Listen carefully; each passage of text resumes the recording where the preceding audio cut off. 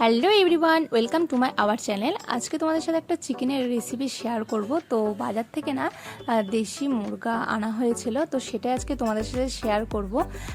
মানে এই চিকেনের কিন্তু পাতলা পাতলা ঝোল খেতে কিন্তু খুব সুন্দর লাগে। তো আমি তো অনেক রকমভাবেই করে থাকি, তো আজকে একটা শর্ট প্রসেসে করব। তো ভাবলাম চলো তোমাদের সাথে শেয়ার করি।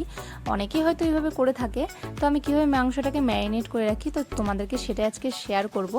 তো মাংসটাকে প্রথমেই কিনে এনে ধুয়ে নেওয়া হয়েছে সুন্দর করে।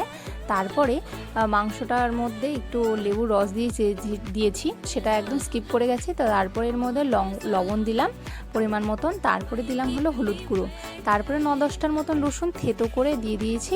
আর তার সাথে পেঁয়াজ কুচি ঝুঝুরি করে পেঁয়াজ কুচি নিয়ে করা হয়েছিল, তো সেটা দিয়ে দিলাম। আর উপর দিয়ে কাঁচা সর্ষের তেল ছড়িয়ে নিলাম।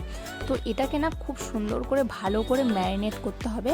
ম্যারিনেট করে প্রায় ঘন্টা দুয়েক রাখতে হবে, মানে যতক্ষণ ম্যারিনেট করে রাখবে তত বেশি ভালো হয় খেতে। তারপরে ম্যারিনেট করার পরে আমি কিন্তু আজকে তোমাদের সাথে ম্যারিনেশনের প্রসেসটাই খালি শেয়ার করব। তো ম্যারিনেট করতে করতে চলো তারপরে তোমাদের সাথে বলে দিই। তারপরে আমি কড়াইতে তেল গরম করে ওর মধ্যে টুমটুম করে আলুগুলাকে ভালো করে ভেজে নিয়েছি লাল লাল করে। তারপরে তার মধ্যে গরম মশলা ফোড়ন দিয়েছি।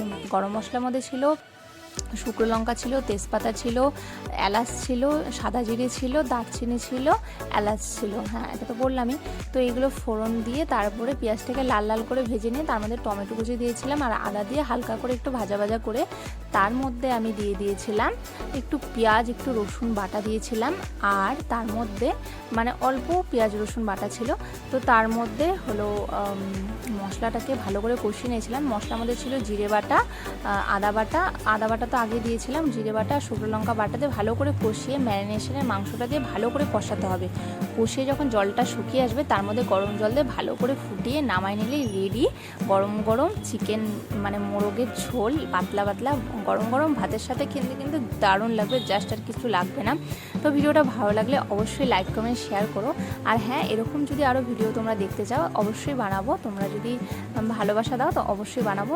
তো ভিডিওটা ভালো লাগলে like comment share and subscribe করে দিও। টাটা।